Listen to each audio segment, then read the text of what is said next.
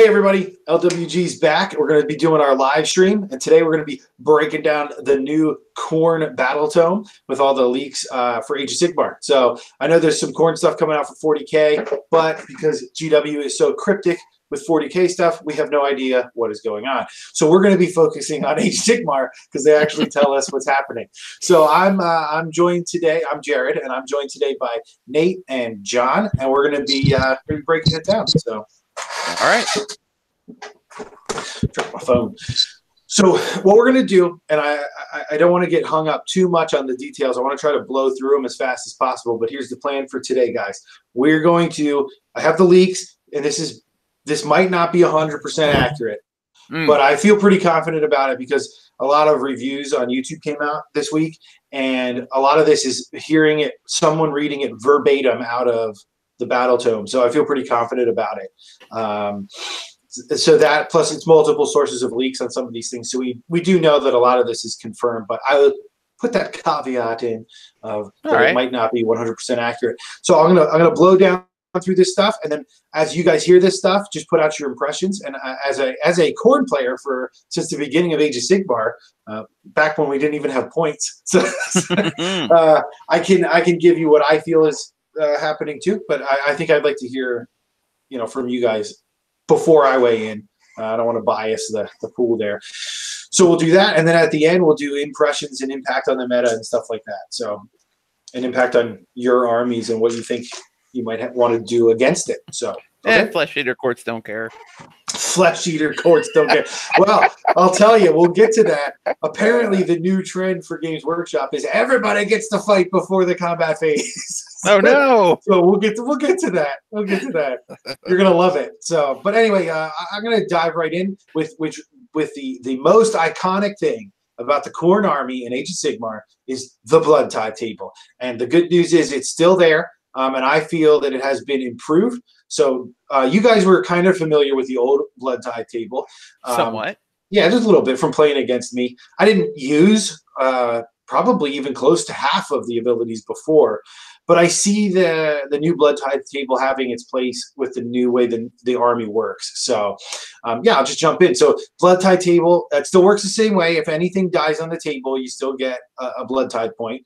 Now, the one thing that I am not sure of, because no one has actually read it word for word correctly, and I can't make it out on the stuff, so don't quote me on this, is there may be some kind of change going on with the way the points are spent, but it's unclear at this current junction. So the way it was before, you can accrue up to 8. You can't have more than 8 unless you took the giant greater exalted Khorne demon thing that let you go up to 16, because that's what you needed to summon him. Oh. So if you took him in your army, you could go up to 16 and summon him again. But that's weird. Yeah, it was weird. So, but if you don't take him, you were maxed out at 8, and whenever you spent any, you could pick one option. So if you had 8, you could pick 6. You could do number 6, but you could only pick one, and then you lost the other 2.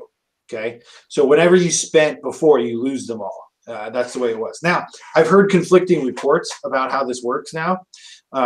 So I've heard that it's the same from some other people, and I've also heard that one of the changes might be that when you expend them, let's say you have 8, and you say, I'm going to pick option 3. So that gives me 5 left. You could then spend those other 5 right then. But if you don't use them, then they're lost. Does that make any sense? So that was one of the rumors that was going around and an interpretation I heard. But again, I'm not 100% sure on that.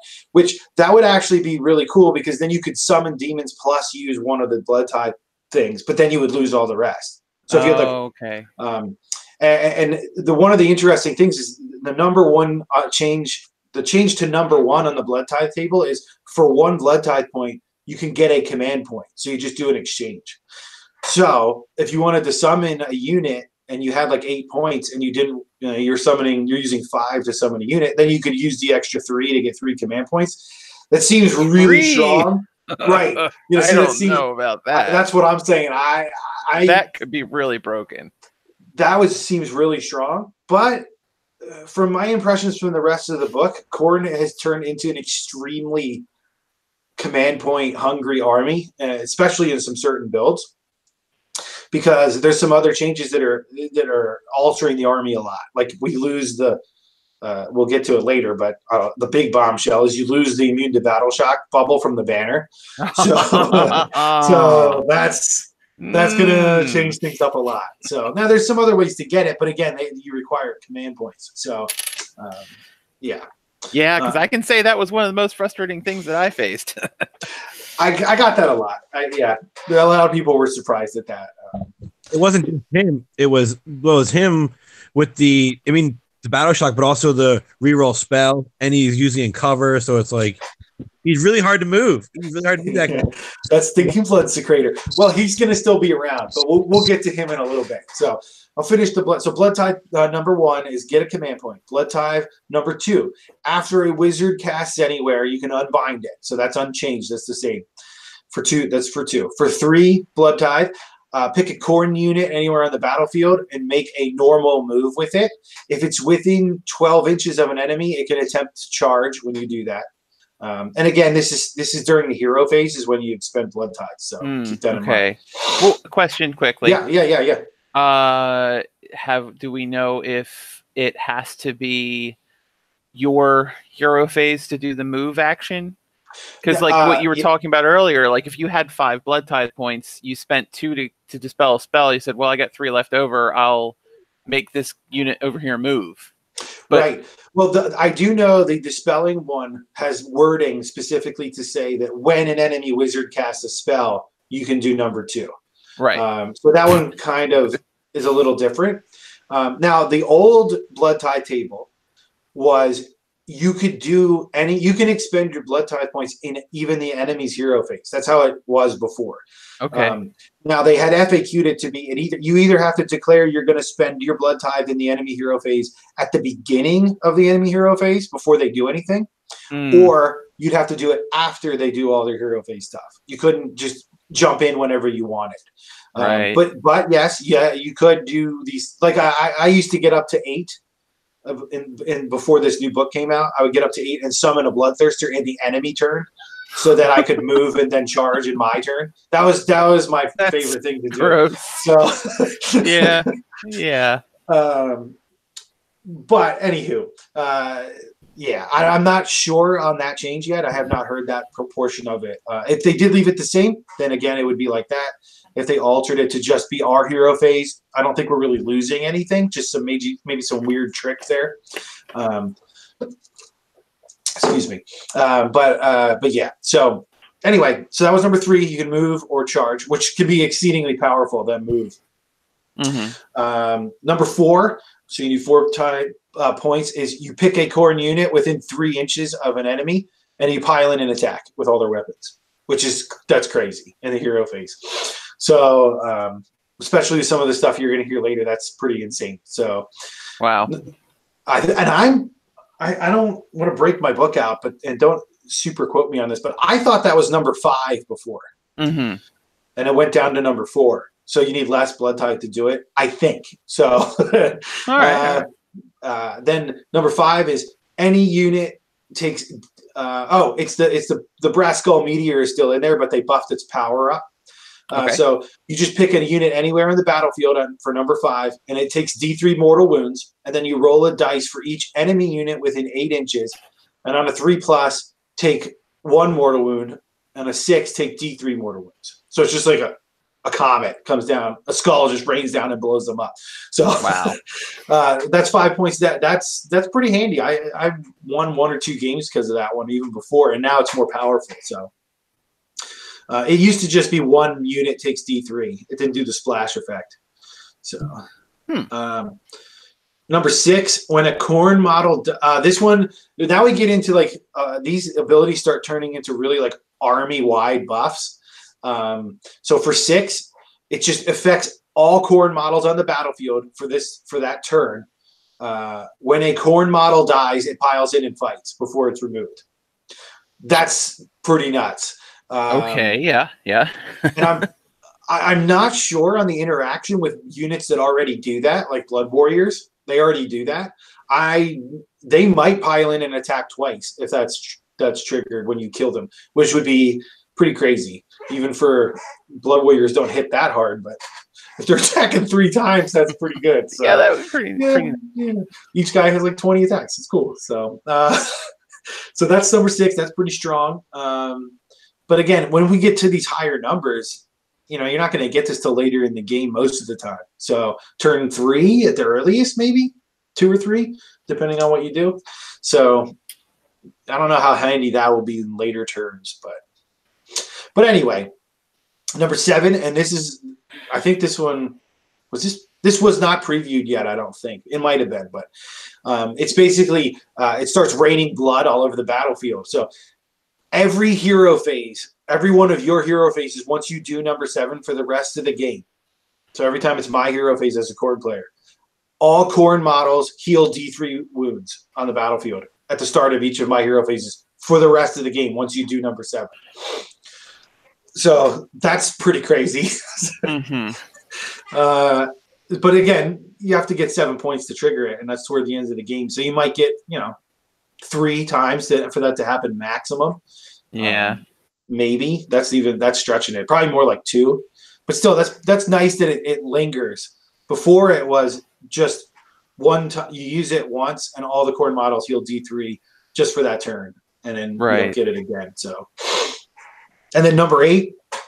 The penultimate blood tithe result, and this was already previewed, I think, on Games Workshop, was for the rest of the battle after you do this, all Khorne units, when they roll a 6 to hit, like unmodified, you get an additional hit, which is that's insanity. That's pretty much what the Blood Blessed ability for the Skull Grinder, the guy with the anvil. That's what that was before, but you had to kill a hero with him, and it only affected guys in like 18 inches or something like that. So now on an 8, you just give that out to your whole army for the rest of the game. And the anvil guy actually lost that, and it moved over to here. So I think that's pretty dang powerful. So yeah. That's a scary effect, I think. And I think there's some tricks to be able to get up to 8 that I've seen. Like Slaughter Priest can still murder your own guys to give you blood tithe points. And there's always been a lot of things in the book where you can make your heroes kill things and they get additional blood tithe points, but everybody kind of ignored them. But that might actually start becoming something that's more important when you look at how these things affect the game now. They might not be like you just skip over them choices anymore. So like you could potentially create a hero that whenever he kills a hero or monster, he gives you 3 blood tithe points. You can do that. That's a lot. Yeah. Against some armies, that could be really, effective because some armies have really weak heroes. I mean, well, sure. And I think in the meta, we're seeing a lot of shift towards these big monsters, creatures, or hero type things just charging right up. Like, boom, like Flesh Eater Courts. Perfect example. Yeah. Okay. Yeah. Or, Marathi's, she does that a lot. But I guess you can't really dispatch her that easily. But, she takes longer to kill. Khorne armies are going to be doing this. They're going to be throwing heroes at you quickly. So, if you're blocking spells, that's a big deal. For instance, like Marathi or some other ones. The comment for Stormcast. If you can block that spell, that's a big deal. That's a really big deal. Because then they're bringing in a Cantor that's basically not doing a whole heck of a lot. And you're like, that allows Khorne to get there quicker and then start the blood time machine up even more. You know what I mean? Like it'll buy you that 1 or 2 turns to get there. So you don't need to go charging in for the number 8 right away. Like play smart, and sort of know what you're up against. Yeah. Right. But I think it's important to note that the summoning mechanic for demons is still here, and it still uses the blood tithe points to do it. They might have fiddled with the numbers a little bit, but it's basically the same idea. 8, you get a bloodthirster. So gross. Right, but again, they made the other table. Before, I used to just summon all the time. Maybe the occasional move a unit or attack again thing. Or block a spell, if I only had 2, why not? but now they're really making you make the choices. You know, they made the upper level on the blood type more viable. So it's not just auto summon anymore, in my opinion. Yeah. Yeah. Well, I mean, the other thing that table gives you is, I mean, you've got movement shenanigans, which are key in a lot of these objective-based games.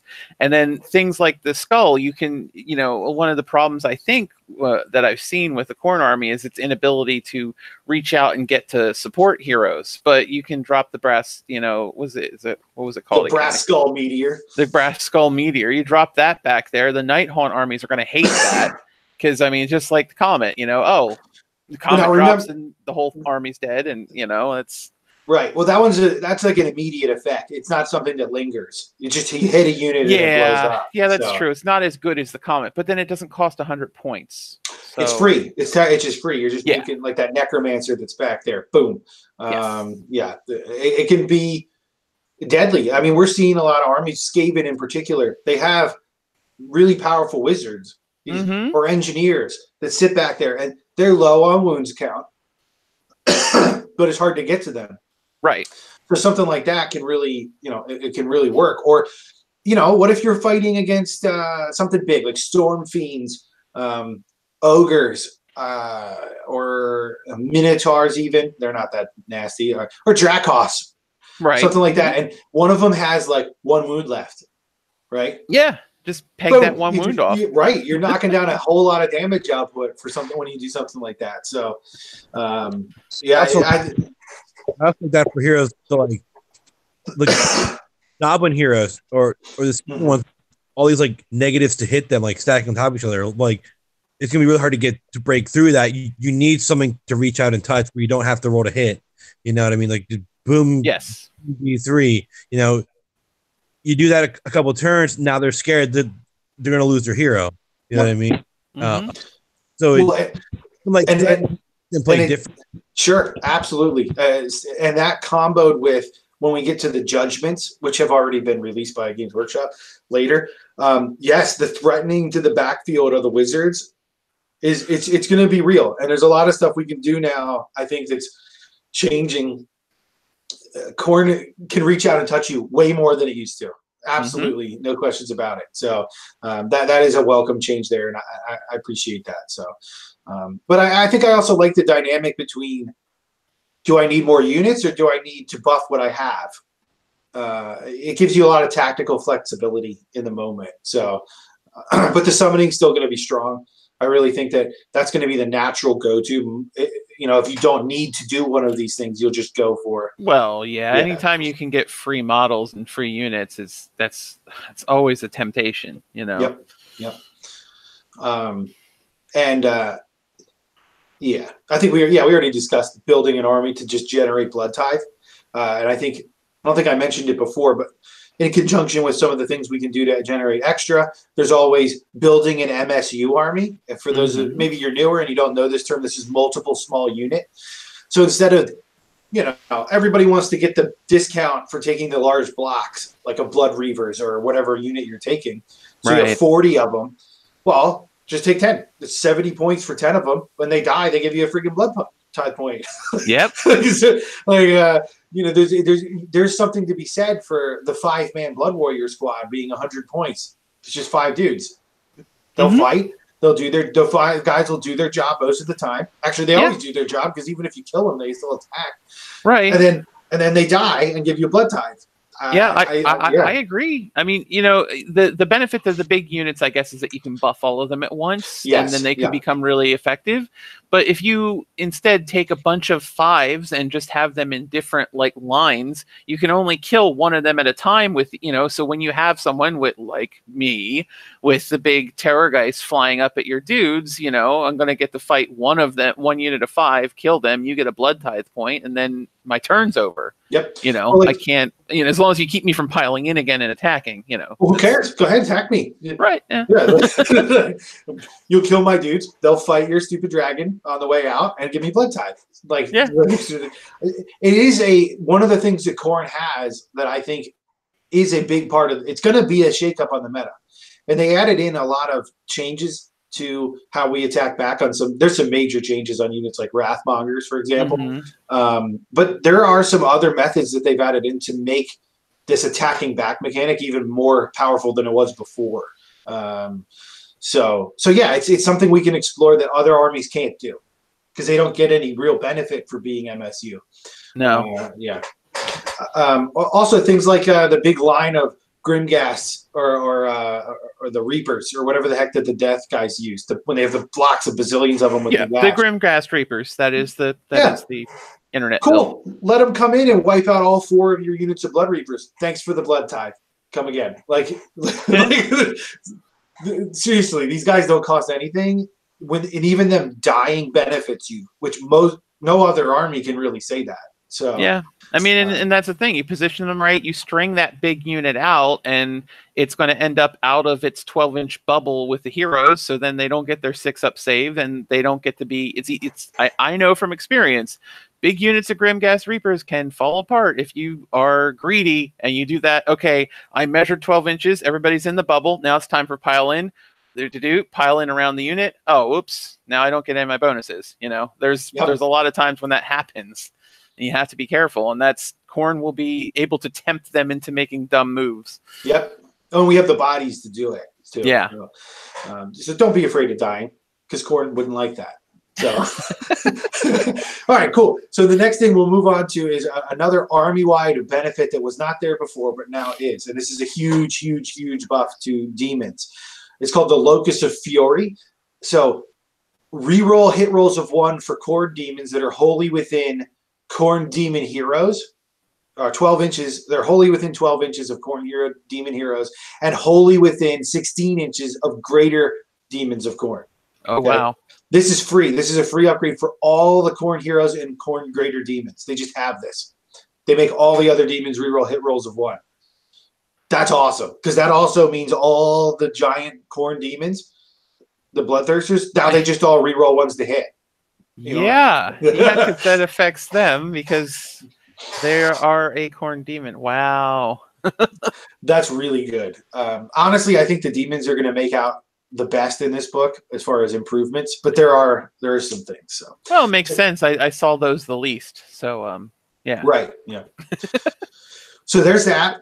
Now I'm going to move into command traits. Now the way they have it broken down for command traits and artifacts is this is the default command traits, because later in the book they have the slaughter hosts, which are like they're like your grand courts or whatever they are. Yep. Or storm hosts. Or storm hosts. They have their own set command traits and artifacts and command abilities and stuff, just like everybody else does. And they're actually really good. So we'll get to them later. But these are the default. If you do not pick one of those, you can do this. So for command traits, they have them broken down into 3 categories. There's Khorne mortals, there's Khorne bloodbound, and there's Khorne demons. Okay. Oh. So these are usable. The Khorne mortal ones you can use when you use like Slaves to Darkness models and mark them Khorne. Right. They can take these artifacts if they're in your army. I don't think Beastmen have the mortal keyword. But if they did, then a Beastman as an ally, well, he wouldn't even be an ally because he can take a Khorne keyword. Right. Anything that has the Khorne mortal keyword and it's a hero can take these artifacts. So we'll start with them. So the first one is, I don't remember the name of it, but it is, if you slay a hero or monster, you get 2 blood tithe instead of 1. And the second one is end of opponent's charge phase. If this hero is within 12 inches, it can charge. Attempt to charge. Okay. Yeah. That's okay. And then the next one is reroll attacks with the melee. Reroll all of your hits with the melee weapon, which that's with all of your melee weapons, which that's pretty good. Now these first 3, as I said, these are the same for all these categories. So Khorne mortal, Khorne bloodbound, and Khorne demon, they all have the same 3 for the first 3. And then, which those are middling. I don't think those are anything to write home about. But the unique ones for Khorne mortal are the 4th one is reroll hit and wound rolls against heroes or monsters for this hero. Which, okay, not too bad. You can do if you suffer a wound or a mortal wound, you on a 5+, you ignore that. That one's pretty solid. Because because you can use this on all your Bloodbound heroes too, because they are Khorne mortals. They have access to both of these charts. And then this number 6 is you can reroll charge rolls that are wholly within 12 inches for all Khorne mortals that are wholly within 12 inches of this general. That one's awesome. That's the one I used to use all the time before, but they made the bubble bigger on it. But they did change it to wholly within, which is basically everything is changed to wholly within in this book. So right, good. So that's them. And then for Khorne Bloodbound, again, number 1, 2, 3 is exactly the same as before. So number 4, if you slay an enemy model with this general, you regain a wound. He's like a cannibal. He like eats them. So any model, you kill any model, and I guess it's once per combat phase. You just get 1 back. Like it's in, yeah. That's again, I'm kind of inferring a lot of this, but if he kills any models this turn, you get 1 wound back. I'm pretty sure is the way that it is. He doesn't just. If he kills 8 guys, he doesn't get 8 wounds. So then number 5 is Khorne mortals that are wholly within 12 inches use the general's bravery instead of their own. That one is actually going to be exceedingly tempting now with the changes to the blood secretor. So right, I am looking at that one a lot because we're talking going from 5 to 8. That's a big deal. So, yes. And especially, yeah, bravery buffs are going to be important because, some of the Flesh Eater Court stuff is very keyed off of the bravery. So that's going to protect you from screams, killing your unit off completely. So, yeah. It definitely seems like some of these newer books are really getting bravery to be a thing now. It's quickly becoming a more important thing. So yeah, and then number 6 for Khorne Bloodbound is +2 attacks to any of the general's melee. What you pick 1 weapon and 1 melee weapon, it gets +2 attacks, which can be very good. That's nice. So because that's a command trait that can stack with an artifact. Oh, so that's really nice. So as we'll see in a little bit, there's an artifact that is just bonkers. So we'll get to that. So Khorne Demons. Same 3 are exactly the same as before. And then number 4 is +1 attack to one of the general's melee weapons. Again, this is command trait, so that's nice. Enemy units that fail battle shock within 8 inches of this general add D3 to the number that run. So again, we're seeing there again some more stacking on this bravery running away mechanic stuff. And then the last one, which is this is the one that every demon player ever is going to pick for their command trait. Unmodified to wound rolls of 6. Instead of doing its normal damage, that damage becomes mortals. So that's pretty fun. It's just oh, you thought you had armor? Nope. Goodbye. So nope. Yeah, that's fun. And then so that's the command traits. Okay. Like the ones that I think are strong again is the bravery one for the mortals. The +1 attack to the general's melee weapon or +2 attacks to the general's melee. Those are nice because they're command traits. I think that's great. Yeah. Those will probably be the ones. Oh, and the reroll charge ones, wholly within 12. That'll probably be violent urgency. That's what it's called. I used to use it all I used to use that one all. They had to go really bad. They really had to go. Violent urgency. Yeah, well, I'll probably still be using that one because that's nice. But again, there's some other options to be able to do that other ways. So you might not need to do it. Right. But overall, good stuff.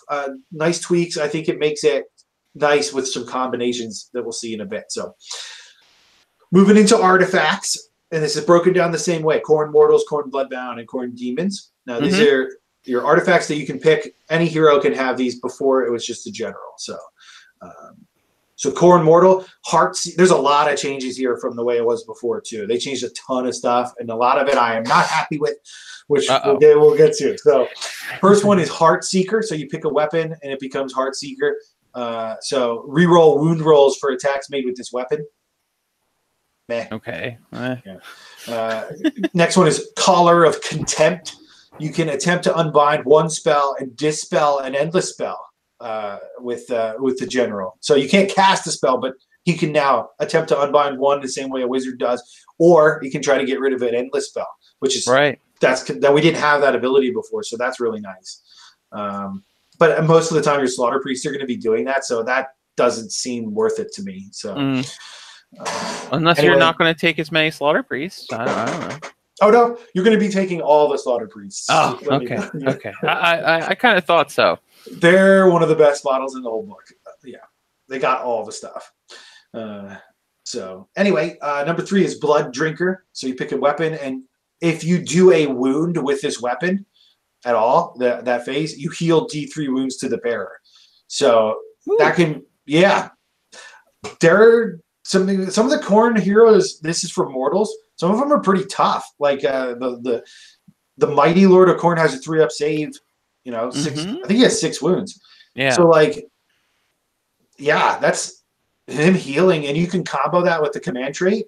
So anytime he kills anything, he just gets D3 plus 1 wounds back. Like, yeah, that's nasty. I mean, I know how annoying that is to people when I've had my Vargulf go in, he's on 1 wound, and he eats something, and then now he's got 4 wounds, and they're like, ah. Or the Juggerlord. The Juggerlord has 8 wounds. Sure, yeah. Like, yep. He'll be a tank. Oh yeah, but there's something better for him. We'll get to that later. Okay. So then there's this is it. This is it. Sorry, we're to the thing. Okay, the Gore Cleaver. So you pick one of your weapons and it becomes Gore Cleaver. Now I think for newer people they should also know this too. This is how this works for everybody. When you pick one of these upgrades, like an artifact weapon, it usually says pick a melee weapon on your profile, and it becomes this. Yes. You retain the rules that you have already for that weapon on your war scroll. These are added on top of what you already have. Okay. Right. Which is very important. So Gore Cleaver, improve the rend by 1. And if the wound is a 6, if you roll a wound roll of a natural 6, double the damage characteristic. Ah. Yeah. So just bear with me for a second here. Mighty, the Lord of Khorne on the Juggernaut, everybody's favorite. He's got a melee weapon that is 3 attacks, hits on 3s, wounds on 3s, rend 1, D3 damage. Okay. Oh, that's nice. That's great. The thing about him though is he has a special rule that whenever you roll a 6 to wound, instead of D3, it does 3. Ah. So 6. You can take this and improve it. He gets the flat -2 rend now, which is amazing. Yes. And anytime he rolls a 6 to wound, you do 6 damage. That's crazy. Yes. Unfortunately, he's not a demon, so I guess he can't do the thing where he does 6 mortal wounds automatically. Well, actually, you know what? I think when you roll a 6, it's 3 and they become mortal. Or maybe I'm wrong. Oh, okay. That's how it used to be for sure. But maybe it got changed. But I do know it'll do a flat 6. Plus, if we look at those, when we get to him later, the slaughter host, if he's the Gore-Tide slaughter host, the command trait for Gore-Tide is +1 damage for your general. So if would do 7 damage a swing. So nice. That's nice. That's going to be a go-to. Yeah. So next up is Crimson Plate. Reroll save rolls of 1. Meh. That's okay. Yeah. And then the Blood Rune. Each time an attack slays an enemy monster or hero, you gain an additional Blood Tide point. So that comboed again with the command trait, where it's the exact same thing. You kill a monster or hero, you get an additional. You kill if he has that plus the command trait, he kills a hero. Like, I mean, that's any hero. Yeah. Like we're talking like a rat. A Skaven hero, like right, yeah, or your courtier, something like that. The little tiny ones. Yeah, little dude. There's 3 blood points right there if you do that. So that could be a thing, I think. Or I pull the classic move where my Vargulf charges your hero and then misses with all 4 of his attacks, and then you kill him. Yeah, I can see that. I'll take 3 blood tide points. Yeah, great. Yeah. Stupid Vargulf. And then we've got the Khorne Bloodbound ones. So these are for Bloodbound only. Skullhelm of Khorne, subtract 2 from the bravery characteristic of enemy units while they're wholly within 8 inches. Okay, 2's nice. I'll take subtracting 2. I don't know if it's worth an artifact or some of the other stuff you can do, but it's nice. The Bloodforged Armor is a 5+ shrug versus mortal wounds. And the one thing I was thinking is you could combo this with the command trait, so he could have a double 5-up shrug versus mortals. Okay, yeah, that's nice. So I don't know how viable it is, but it's nice. Brazen Rune. Okay, now I'm going to get upset. So okay, here we go. Rage of Khorne flow through me. So here we go. So the Brazen Rune, which was my favorite one before, has changed. It's so the bearer has the rune, and while he has it, if he is wounded by a spell, or if he's wounded or suffers a mortal wound from a spell on a 2+, you ignore the damage. So that's nice. In addition, once per game, he can unbind a spell or dispel an endless spell just the same way as a wizard. Uh-huh. Okay, right. Except it used to be he ignored the spell damage, and once per game, you could use it to just auto unbind a spell anywhere on the board, and then you would lose the rune. Now it's you keep the 2+ ignore forever, and it's still once per game he can just dispel a spell or dispel an endless spell, but you still have to roll. It's not automatic. Yeah, that was a huge nerf to that. I'll never take that ever again. So understandable. Yeah, I'm very, very upset because I used to combo that with the Blood Tide table to really shut down magic hard, and they just removed that option completely. Yeah, because then you could block 2 of Nagash's 8 spells. Or like you can pick one spell that they have that you really don't want them to ever cast, and you could block it for like 2 or 3 turns in a row. Like I enjoyed that, but I understand that was annoying for people, but I liked it. So, but anyway, next one is the Blade of Endless Bloodshed. Improve the rend by 1. Meh. Like yeah. Part of me is sitting here thinking like, okay, GW. When you make artifacts from now on for the battle tomes, they have to be better than the malign sorcery artifacts. Like because you can take the one that's like what -3, right? -3. What the heck? So I'm really upset when they do stupid stuff like this. I'll take that one. Thank you. It's like a waste. Why do they even write it down? They had to fill out they had to fill out the space, They can't send it to the printers with one short. Right, but they changed it to that. It used to be whenever you killed a model, you got blood tide points. Like they did it on purpose. Like yeah. So sometimes I don't understand them. Oh well. But yeah. Anyway, next one is Mark of the Destroyer. This was a huge change from before too. Now it's just add 2 attacks to the characteristics of a melee weapon. And again, this is an artifact. You could stack that with the command trait and get +4 attacks to a melee weapon. That's for Khorne Bloodbound. That can be pretty devastating. On a Lord of Khorne, he would have +4. He would have 7 attacks base. That's without the banner buffing him, without Wrathmongers, without the Inspiring Dead. Like you can get a Lord of Khorne with this combo up to like 11 attacks. Wow, so that's crazy. Yeah. So that's and the one thing I'm noticing that people are saying Mark of the Destroyer for is the guy with the anvil, the skull grinder. Oh right, because his weakness is that he had low attacks. They added an extra attack to him, and he's 80 points, and he still hits on 3s, wounds on 2s, minus. I think it's -1, maybe it's -2. I think it's -1, but 3 damage. Yeah.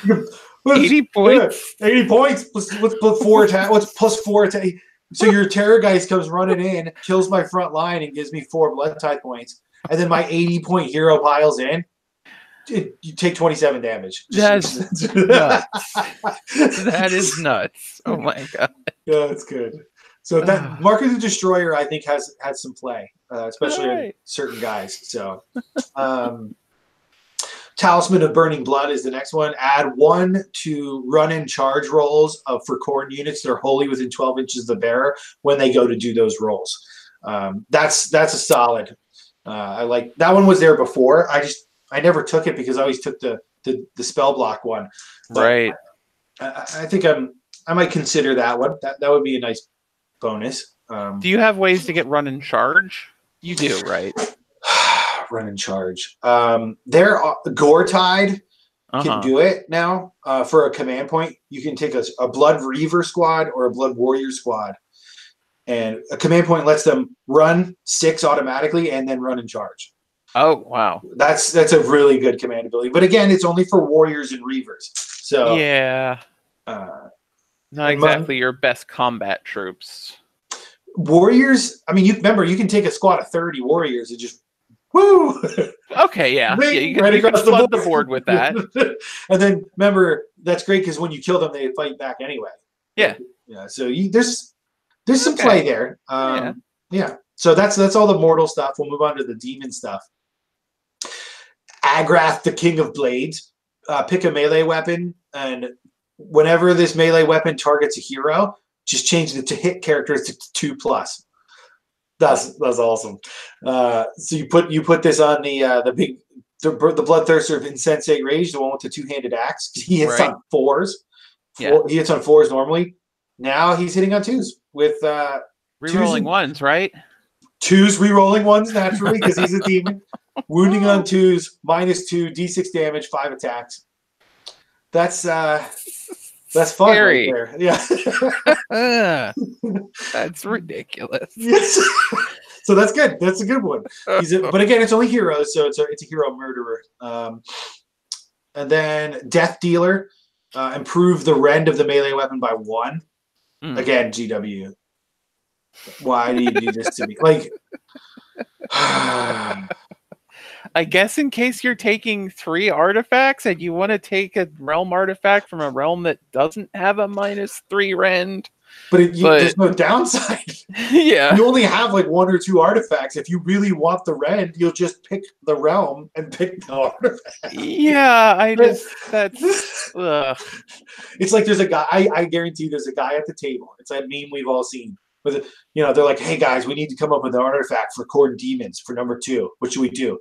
Somebody's like, we should do what we've already done before. We'll just take some of the realm artifacts and put it in there. And then there's the one guy at the end that's like, hey guys, that seems pretty dumb. And then they throw him out the window. So like, there's this one guy who always says the same thing every time. They have that conversation. All right, so we need 6 for this. -1 rend sword. Next one. Next one. -1 rend sword. There's like 4 -1 rend swords in this book already that we went over. He's probably like the nephew of the guy who runs the development team. So they let him have that every time. That's it. The sword of nepotism. He just really likes it. It's his favorite thing. Yeah, that's what we're calling it. It's the blade of nepotism. -1 rend. This is freaking GW. Okay, so Kartoth, the Blood Hugger, is the next one. This is great. The Blood Hugger? Blood Hugger. No, the Blood Hunger. The Blood Hunger. He's very hungry for blood. Okay, so, gotcha. At the start of every combat phase, you roll the dice, and on a 4+, he attacks before the combat phase starts, before anybody else goes. So. Oh, you have to roll for it? Well, no, we'll get to that later. So, but here we go. You can do it right there with any demon hero. So there you go. Then the next one is the Hellfire Blade, a wound roll of 6, not 6+, just 6. I'm pretty sure. It does a mortal in addition to normal damage. So, meh. Okay. Again, realm artifacts do better. Yeah. Then Harvester of Skulls, +1 attack to the characteristic of the melee weapon. Now, again, realm artifacts can do this too, but I like this one. It's again because it combos well with our command traits, stuff like that. So yeah, I can. The +1 attack's always good when you have ginormous attacks. So, and then the last one is the Foebane, and this is one that I think is going to be chosen a lot. Actually, once per turn, you can reroll a hit roll or a wound roll for this melee weapon. And that doesn't sound like it's the greatest thing ever, but in practice, it is the greatest thing ever. So, right. Because you have the option of choosing.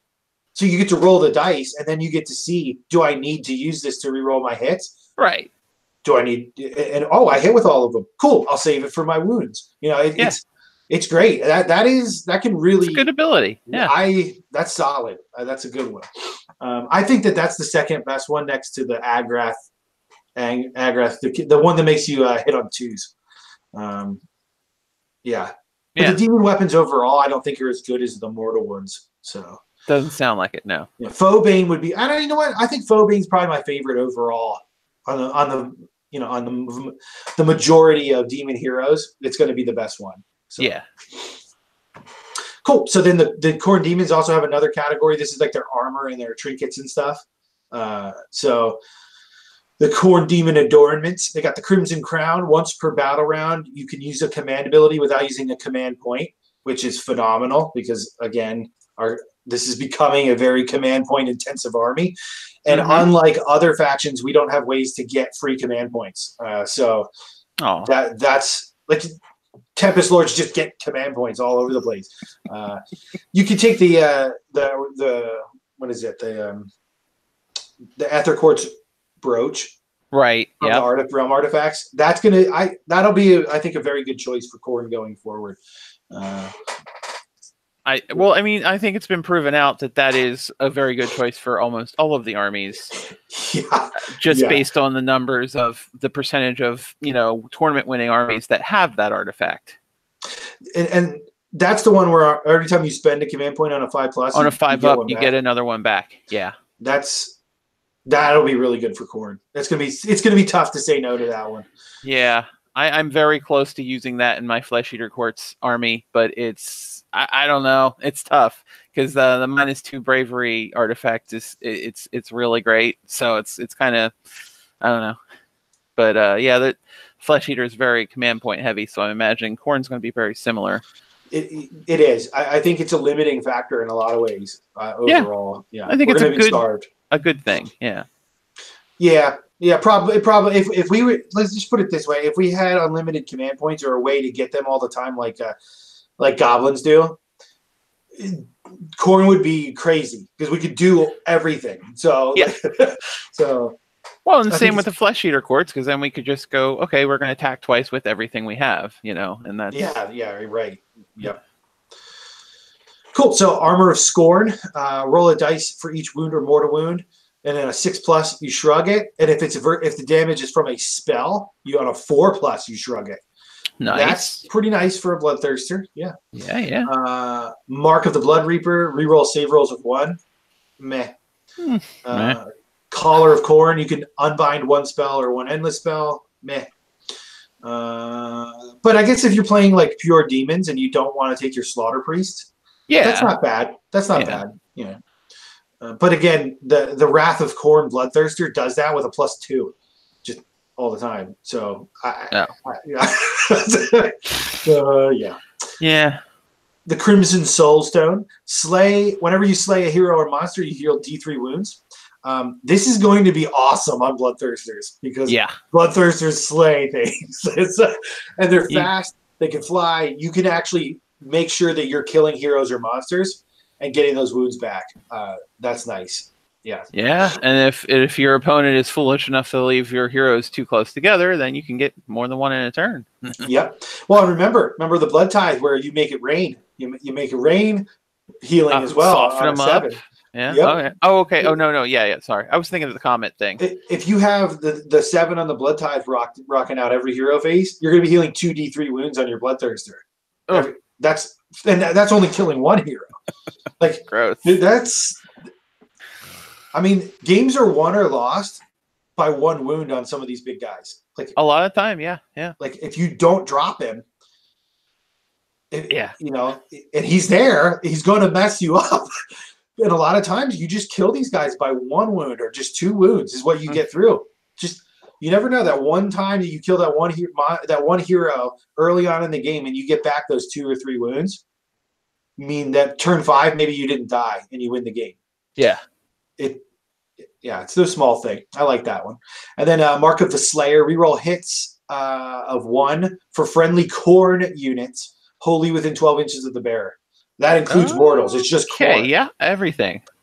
Now, nice.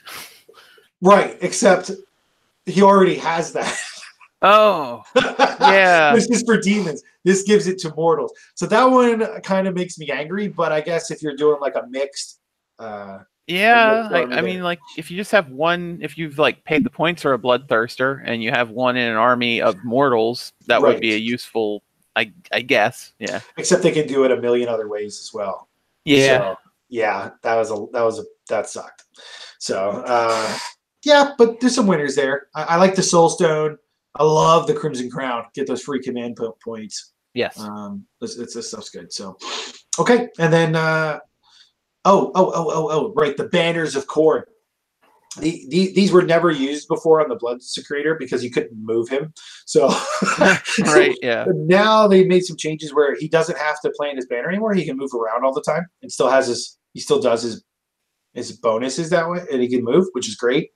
So there's 3 Banners of Khorne. The first one is reroll hit rolls of 1 for melee weapons wholly within 12. So okay, you can do that for the mortals instead, and he's half the cost of a Bloodthirster. So there you go.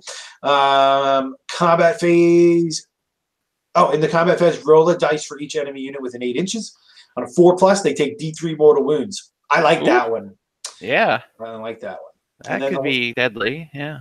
The last one, probably going to be the best choice, is reroll charge rolls if they're wholly within 12 inches of the bearer when charges are made. Again, we have that from a command trait as well, so you might not need to use an artifact, but there you go. Again, we have the ability to take these things in different combinations on different models if we need to. So that's good. The prayers. Okay, so from what I understand, prayers have changed a lot. And I guess we can start talking about the Slaughter Priest here as well. The Slaughter Priest is going to be clutch. Like every list will have at least 2. Wow. Like they're so good. So first of all, what makes them so good? They're only 100 points. Okay, and we're talking. This is one of the deadliest models in the entire game at this point, in my opinion. Which probably doesn't count for anything. So, but here's why I say that. Okay, so the free terrain paste that you get now for being Khorne, the skull altar thing, right? Yeah, that's all the priests within 8 inches of it just reroll failed prayers for free. So we pay no points. We used to have to take gore pilgrims to do that. Oof, yeah. So right there, I already want to take 2, like just because of that. So yeah. And the one huge thing, is when you roll 1s for your prayers now, you used to take D3 mortal wounds, which was horrible. Like I murdered my own priest all the time. Now you just take 1. That is great. That was huge. Not going to kill yourself anymore. Yep. That, and now they have access to Judgments of Khorne.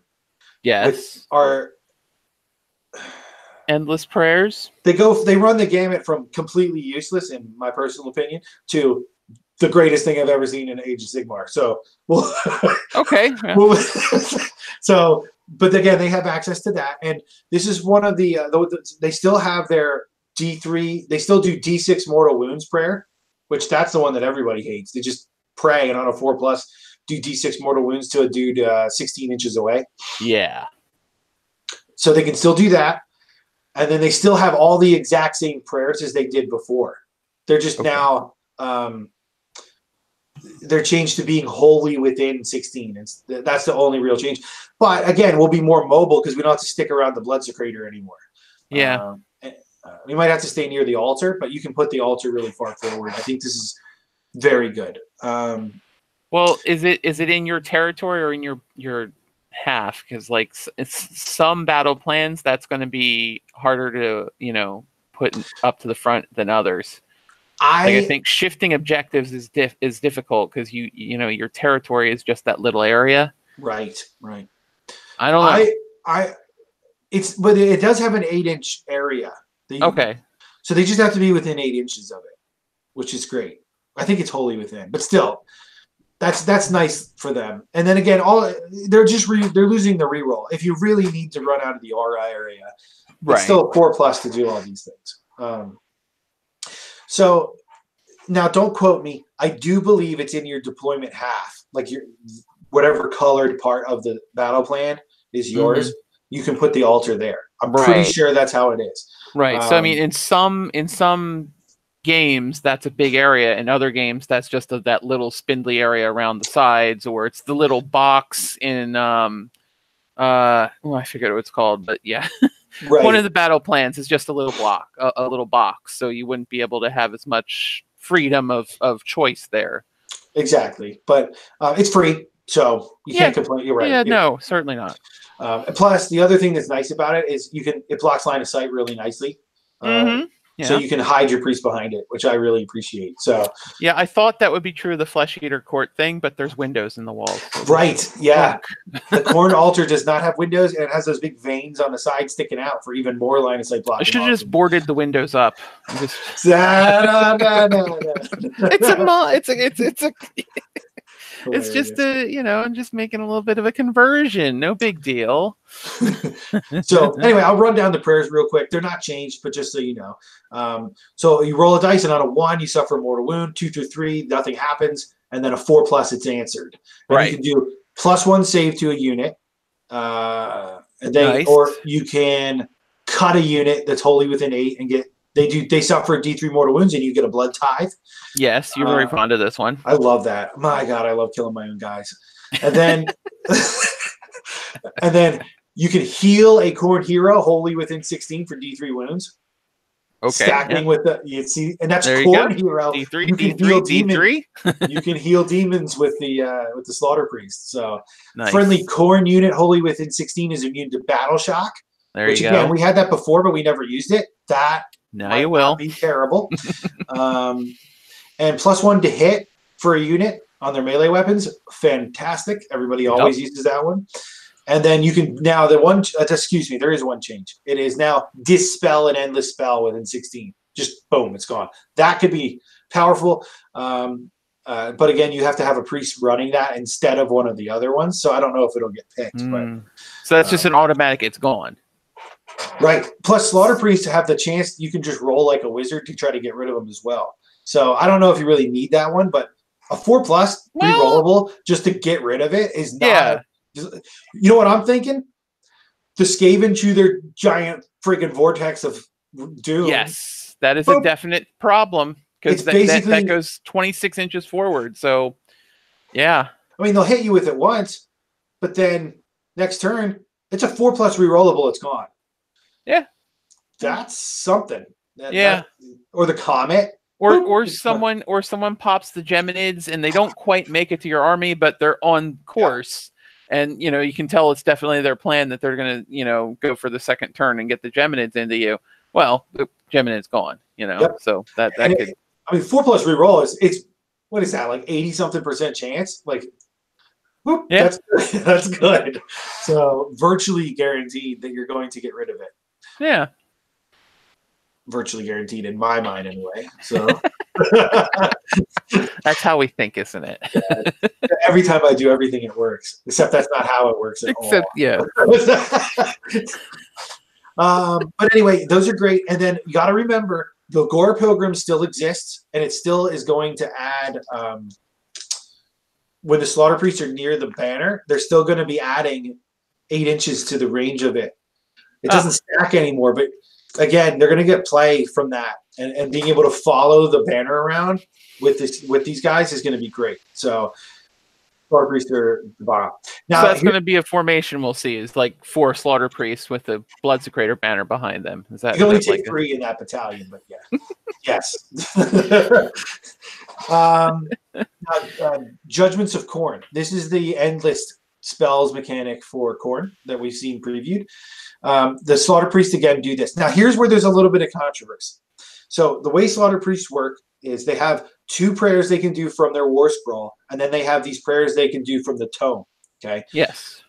It is confirmed now that you can do the one from your War Scroll. So make the enemy run at you, or do D6 mortal wounds. So you do D6 mortal wounds.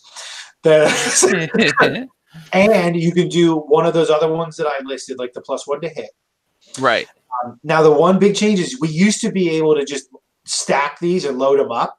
Like multiple priests could do the +1. The change was you could only attempt each one of these prayers once per turn. Once per turn. Now, yeah, it's a nerf.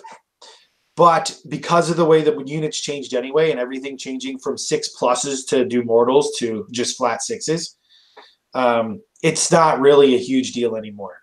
Because you could still No, you can't stay. You can only try to cast them once per priest. So yeah, that's a negative there, but they made out like bandits. Now, it is. I've seen it said multiple ways so far. The judgments are their own section. They have their own section of rules. Okay. I've heard one person say that you can do the judgments in addition to the other prayers. So they can do 3 things per slaughter priest, technically, if you pay the points. That's crazy. But I also heard from another reviewer that said that the judgment takes place of one of the other prayers. Okay. Now, either way, that's fantastic. Yeah. I really hope you can just do the judgments whenever you want without cutting into your prayers. And honestly, I know that sounds insane, but the way the judgments work, as we'll see, I don't think it's bad. I think that that's what's going to make them usable.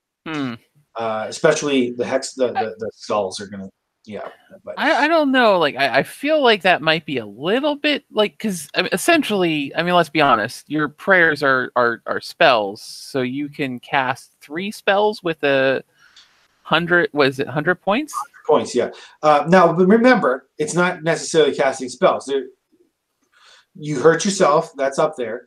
And a lot of the Khorne stuff is very short range. The prayers are wholly within 16. Yeah. The judgments are I think the most common one that you're going to see is the axe. You put it 8 inches away and then you move it 8. Okay. Now, I'm not going to take anything away from this axe because the axe is flipping phenomenal. It's the best thing in the entire game, in my opinion, as a Khorne player.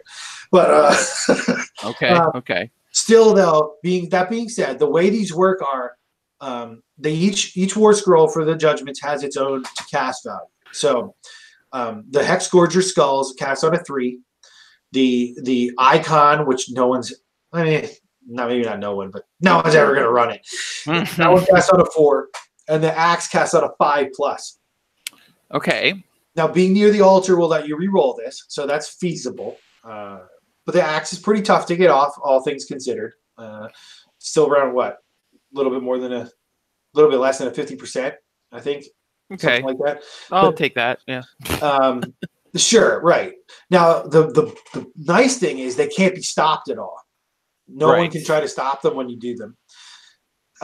The enemy does not control them at all. It always says the only person that can move the judgments is the person that casts them. So they kind of circumvent the endless spells in that way. Like if you go second, or if you go first in the round, I don't have to worry about you moving mine. I get to move them, even though it's you going first. That's right. Nice. Yeah. However, there's a huge price to pay with these things that I think is, I'm not going to understate this. This is a huge drawback. At the end of every battle round, you roll a dice for each judgment that's on the table. On a 1 through 4, they disappear at the end of the battle round. On a 5 or 6, they stay. If a slaughter priest is within 8 inches of one of them when you roll, you get +1. So on a 4+, they stay. Okay. Now, I know you're saying like, oh my gosh, this is crazy, but I want to put this in perspective for you a little bit. So you have the Hex Gorger Skulls. Okay. These things cast on a 3+, which is big. We're re-rolling, which is guaranteed, basically. You put them out 8, they move 8, and then they affect all wizards 12 inches away. When they try to cast a spell, they're -2 to cast. And if they roll an 8 to cast, the spell's blocked. They forget the spell for the rest of the game, and them and all wizards in like 8 inches of them take D6 mortal wounds. Like it's completely bonkers if they roll an 8 when they do their cast. So yeah, but from what you're saying, that is almost impossible because you have to get it to go off, get it to that area, and then roll a 5 or a 6 for them to even affect anyone. Well, it depends. If you're the first, this is the first time we've ever had something like this really happen, where if you're the first player in the battle round, so you're turn 1, top of turn 1 player, this thing's fantastic if you're top of the turn, because then I get to chuck it at you, and then you're going second, so you have to suffer the effects of it, and then at the end of the battle round, it would go away. But if you're going second, if we look at the numbers here, because you remember, you're chucking this thing far away. It's going to be more than 8 inches away from any of your slaughter priests every time. Yeah, okay? You're right. Yeah. So you're not going to get the +1. It's going to be on the 5+ if you really want it to do what it's supposed to do. And again, when this thing goes over models and you throw it out there, it doesn't do anything. It has no effect whatsoever unless they're casting. So yeah. if you go at your bottom of the turn, on a 3+ reroll, sure, it happens almost basically it's always going to go off. I chuck it out there. Cool, I set it up. It's touching Nagash. It's touching a Necromancer. Oh yeah, I'm going to shut down that magic. End of the battle round. You roll a 4, it's gone. 66% chance it's gone. Yeah. Right. Like that's terrible. That's terrible design. Like I don't like that at all. Now it's really powerful if you're going in the first round. And it only clocks in at 40 points. So maybe it's worth it either way. You have to pay points for them too. Yeah, you do. Yeah. But 40 points isn't a lot. I can see it getting used, but to be honest, I'm a little upset about that. We have never. It's kind of like take anything in the game that you would normally do, and you successfully cast a spell with your Flesh Eater Core. It's like we'll take everybody's favorite, the pile in and attack again immediately. It would be like if it's the bottom of the battle round, if you're player 2, whenever you want to do your pile and attack again thing, 66% chance it fails. Just for no reason, just because it's the second turn. Like, yeah, okay, yeah, I get that. So, and this is another thing too. Is a lot of people are like, well, because I can't unbind it when you cast it, this is fair. Okay, fine. I'll get sure. It's easy for me to throw them out there. But when I'm playing games, I don't know about you. Most people don't take the time, unless you're Nagash, to dispel the enemy's endless spells. They don't. Why even just move away from the comment? Yes. Most of the time, you're not expending Wizard's casting potential to unbind or to dispel these endless spells. Yeah, it's too big of a trade-off. Exactly. Yeah, if you don't have anything else to do, then maybe. But the reason you take the Wizards is to cast spells on your own army. Right. And not to mention, most of the endless spells don't have enough of effect to warrant getting rid of them. And in fact, half the time you get to use them. So like, so I'm sitting here saying, well, while that's nice that you can't stop it, you basically are giving your opponent an automatic 66% chance to dispel these things every time. They expend no resources. They do nothing. They're just they have a 66% chance to get rid of your ability at the end of the battle round. That's bad. I'm sorry. That's just bad. So do you think it should have been on a 4-up, maybe? No, see, I like that. I like the mechanic of the 5+ it's going away because, again, the investment is there. It can't be stopped. I get that. All I'm saying is when I use the spell, I should get to use it. The Hexgorger Skulls, if you're going second, there is an exceedingly great chance that you're not even using your spell when you successfully use it. Yeah, like, I guess that's true, but then they're 40 points, and when they do work, that seems really powerful. I don't know. Right, but the odds of them working are very low. It's not worth the trade-off. No, here's what I would do. The odds are 50-50 because, as you said, if you go first, then they work. If you're first turn, I like the skulls. You're right. I can't deny that. Yes. So maybe they have play there. But again, we've never seen something that is affected this greatly by which turn you're going. Turn order. Yeah. So it's something. And again, I agree with you. They're very good if you're going first. I mean, because I don't know. I'm just trying to think. How else could you do it? Would you do it? You start rolling on the second battle turn after they've been summoned, or the way I would do it is change it to at the beginning of your turn, roll to see if they disappear. That way, it's still basically the same chance to get rid of all of them, but you're not losing the Hexgorgers when you're going second. But the other ones aren't really affected by this too much. Yes, they just get icing for staying around, but they're not. The other ones do damage when you chuck them, so you still get to use them. The other problem there is if you have turn 1, you chuck those things out. Their spells, their wizards blow themselves up over there. They're having a bad time of it. That's only that's a really low chance. It's only on an 8. And then you win priority, and you say, okay, you have first turn. So then they have to deal with the spells again, because then you move the skulls back to. Do they always move every turn? Like if They move like endless spells. Yeah. Okay, so then you'd have to, if you were the person going second and then being forced to go first, you'd have to deal with it twice. I mean, but to be fair, that's true of every ability in Age of Sigmar. That's true of everything across the board for everybody. Like if there's something to be said about like letting your opponent go like if you have the choice of turn order, like on turn 2, there's something to be said sometimes in certain situations by letting them go so you can retain your bonuses for another round of combat or another turn. Yeah, I don't think people think about that enough. It's something. It is. It can have a big effect. John has leveled that against me many a time, even though he's not here anymore. But he dropped out. But anyway, that being said, the Hexgorger skulls are fantastic when they work. Okay, right. Which there is a trade-off. The second one, which is the icon one, the Khorne icon that's like coming up out of the ground, it basically makes more guys run away. But at least when you cast it, it does D3 mortals when it goes over something. For 40 points on a 4+ rerollable, maybe. But I don't know. It's not as good as that's the worst one, in my opinion. Yeah, the description of it doesn't make a lot of sense either, because it's like, oh, you're dropping a giant icon of Khorne on their heads. No, it moves. It's moving sideways. It's like slowly moving past them, and they're like, It moves over, and then it goes straight up in the air and drops back maybe down. It like stabs them. It's like this. It's like ka ka ka ka. See. I would just want to model it as the big 10-ton weight from Looney Tunes and just have that be the. That's basically what it is. I don't think you're ever going to see that one. To be real.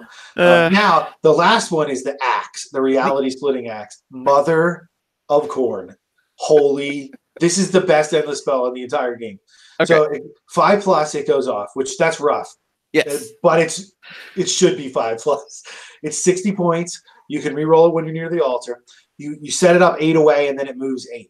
Okay, and now get ready for the pain drain, because when this thing moves, every unit it goes over takes D3 mortals, which that's just awesome. So it's like Geminids.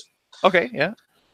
Then when it's done moving, you pick a one unit within 1 inch of it, and that takes D6 mortal wounds. Oh wow. Okay. So you and then it does -1 to hit around it that doesn't affect Khorne. This thing, it's literally 60 points if you took the Geminids and the Pendulum and put them together. Yeah, really, because you added an aura. Yeah, that's nuts. It's so remember, just remember, you can do this and the Slaughter Priest D6 mortal wounds. From so D6 and D3 to one -1 to hit unit, or perhaps one model. Say, yeah. I don't know, a Terrorgeist. Yep. This is why I'm saying, and there's no roll there. It just auto does those wounds. It just does it. That's crazy. That's great. So this is why I'm saying the Slaughter Priests are like the most deadly thing ever. If you have 3 Slaughter Priests, you can do that and 3d6 prayer mortal wounds. Yikes. Yeah. Wow. So, well, don't quote me on that. You might not be able to do multiple D6 mortal wound ones yet.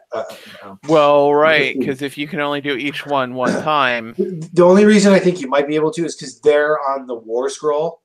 That one's on the War Scroll. We'll have to wait to see the fine print for that. Yeah, we'll have to see. So, but anyway, this is going to be in every list. This thing is insane. I would honestly think I'm going to start taking that and the Hex Skulls for 100 points in every list. Just boop, there you go. Seems fair. Yeah. At least to see how the skulls work. So yeah. Yeah. Well, we're getting pretty long here. Are you still good? I'm fine. Okay. All right, we'll keep rolling. So that's the judgments. I think they're going to be crucial. You're going to clutch. They're going to see them in every list. They're going to be all over the place. So it's good to know what they do. Oh, and then again, that axe one is one that you want to throw near you. So the Slaughter Priest will usually be near it to give it that bonus to stick around to do the -1 to hit. That's another reason why I like that axe a lot. So, all right, yeah. And the enemy can't use it on you. They can't move it. So it's fantastic. Perfect. Yeah. It's perfect. It's the best endless spell in the game. So okay, so we'll move on to the slaughter hosts. These are the specialist battalions. So demons have 2 and mortals have 2. So the first one for the demons is the Reapers of Vengeance. So devour the craven. So every model, I am not 100% sure how you pick these. This is the first battletome where it's divided up like this, because the 2 demon ones only work for demon models, and the 2 mortal ones only work for mortal models. How do you pick? Can you and So how do then they mix together? Maybe you don't mix. I'm not sure. I have not heard anybody read that section yet. Okay. But okay. honestly, it looks like you can mix. It just will only affect the demons, or it will only affect the mortals. That's what it's looking like. Okay. So Reapers of Vengeance. So all the demons, whenever enemies do battle shock near them, it's plus D3 models flee if they're within range of them. Wow. I didn't hear what the range was. I missed the range, but that's plus D3 extra flee when they flee. So you can stack that with the command ability, so it's plus 2D3, and then yeah. I'm never gonna play Iron Jaws because the brutes will just. Oh, poor ogres! One brute dies, the whole unit flees. Great. Or this is even effective versus undead, because undead, sure, they got the 10, but sometimes you make them make 1 or 2 run away. Yeah, you make 1 crypt flare fly away, and then 2D3 more crypt flares. The whole unit's gone. That's it. Big. Yeah. Wow. Yeah. Wow.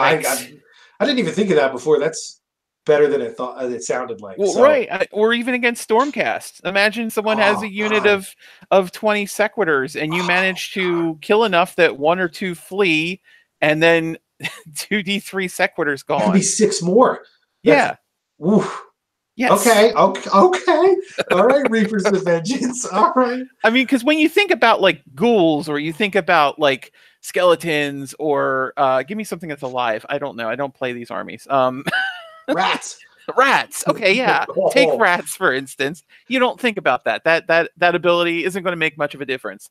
But against elite armies, that is going to be ridiculous and scary, and I will not want to play against it. That's true. Yep, that is huge versus elites. Plus, elites are one of the things that Khorne struggles with, because we don't have a lot of rend, except for the big guys. So yeah. Interesting. All right, and then their command ability. So all the demon heroes would get this, which would be it's 8-inch range. Pick a demon unit, and it can pile in and attack again.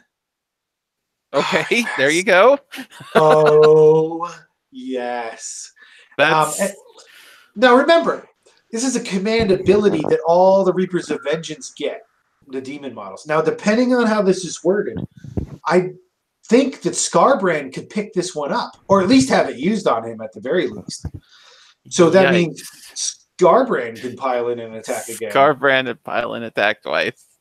Also, remember that artifact that on a 4+ you can attack before anybody else attacks with your giant demon? Yeah. All right.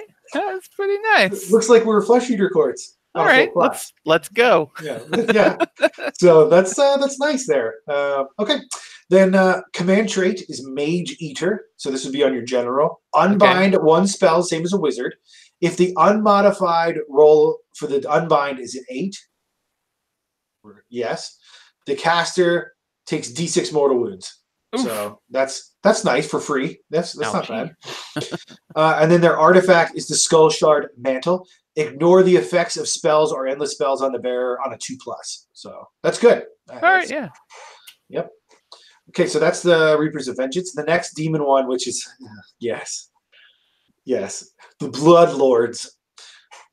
So their first thing, this is what all of the demons would get if they have it. It's called Slay the Mighty. Reroll wound rolls of 1 by demons when they target enemy heroes or monsters. So nice. Reroll in 1s and to hit and to wound for them. Yes. They stack that. That's great. Wow. Their command ability, first in his sight. Heal 1 wound located to each demon unit wholly within 16 of the guy that does this. So, again, comboed with all those healing things we're seeing, this can carry you over and win games, because your big guys are not dying when they're healing 2d3 + 1 every turn. So Yeah, I think that is a situational but handy thing. Yeah. Or you know, what if you just need that one wound to go up a bracket in your damage bracket? Yeah. There you go. It's nice to have that. Mm-hmm. Their command trait, Slaughterer's Thirst, plus 4-inch movement and reroll charges for the general. Oh, yes. So good. So okay. good. And then the artifact, the Halo of Blood. Fight at the start of the combat phase before players pick any units. All right. Yep. There you go. I like that. That makes me happy. You do. So now you can't combo this one. You can't combo that with Reapers of Vengeance. It's one or the other. So right. Yeah. You can't do the fight again and that. Yeah, we didn't see that part yet. Okay. We'll get to keep that one. Just tuck that away for a little bit later. Okay. So, all right. So that was the demons, and I thought the demons that's really good stuff. I think all of that is good. The only thing that I think is even bad is that ignore the spell damage on a 2+, that's not even that bad. Right. So, yeah. That's not bad at all. So, yep. Okay, so then the Gore Tide. This is for mortals. All Khorne mortals in the Gore Tide, so your whole army, gets to reroll wound rolls of 1 when they're within 12 inches of an objective marker. Whoa. This is awesome because it's actually really tough for the mortals to get reroll wound rolls of 1. Now, you can make the whip is changed now. The whip is changed to reroll all failed wounds. For it used to be reroll wounds of 1. But they decreased the range of it, so it's better. But he's more situational. Mm-hmm. This is army wide, and I'm sorry. In almost every mission, all of your guys are going to be within 12 of an objective marker. Yeah, unless it's relocation orb. But right. The thing is you want the objectives. You're going to be moving towards these things anyway. So that's nice. In the area where it counts the most, they're going to do the most damage. Yep, and it's not contingent on like the enemy having heroes or something. Right. It's just there. So that's nice. Their command ability, I think we discussed this earlier. Ever onward, spend 1 command point and have a Blood Reaver or Blood Warrior unit within 6 inches. It runs 6 inches and it can run in charge. Wow. That's fantastic. Yeah. And then the command trait, Hugh the Fallen, I think. I don't know. Gives him +1 damage to his general's melee weapon. Fantastic. You can never go wrong with +1 damage. No. Going from 1 damage to 2 damage is a gigantic upgrade in damage output. So, and then their artifact is the Throne Breaker's Torque. Ignore modifiers to armor positive and negative for that guy. Ethereal Amulet. Yeah, which means Khorne can have 2 ethereal amulets if you take a battalion. So nice. Again, one of them will only be on a mortal. You can't give that to a big demon or something like that. No. So. Yeah. However, the Mighty Lord of Khorne and the Lord of Khorne on Juggernaut have 3-up armor saves. That's awesome. Unrendable 3-ups. Yes. So that's good. Gore Tide's great. And then that always makes my Night Hunt stuff so jealous. Nothing is better than a 4-up. You can get it on everybody, though. Nah. And then the Skullfiend tribe, which is the worst one, but still not terrible. They did a good job with these. Their whole army gets reroll attacks of 1, so hit rolls of 1 when they're wholly within 12 inches of enemy heroes. That's the worst one, but it's not terrible. I see that. That's not terrible. It'll definitely come into effect a lot. A lot of people have a lot of heroes. They're using them as hammers nowadays. So, their command ability for the Brass Citadel. This is the worst command ability, but it's not god awful. But you have to build your army around it. Pick 1 friendly model and reroll all to hit and wound rolls for friendly Skullfiend tribe Khorgoraths that are wholly within 10 inches.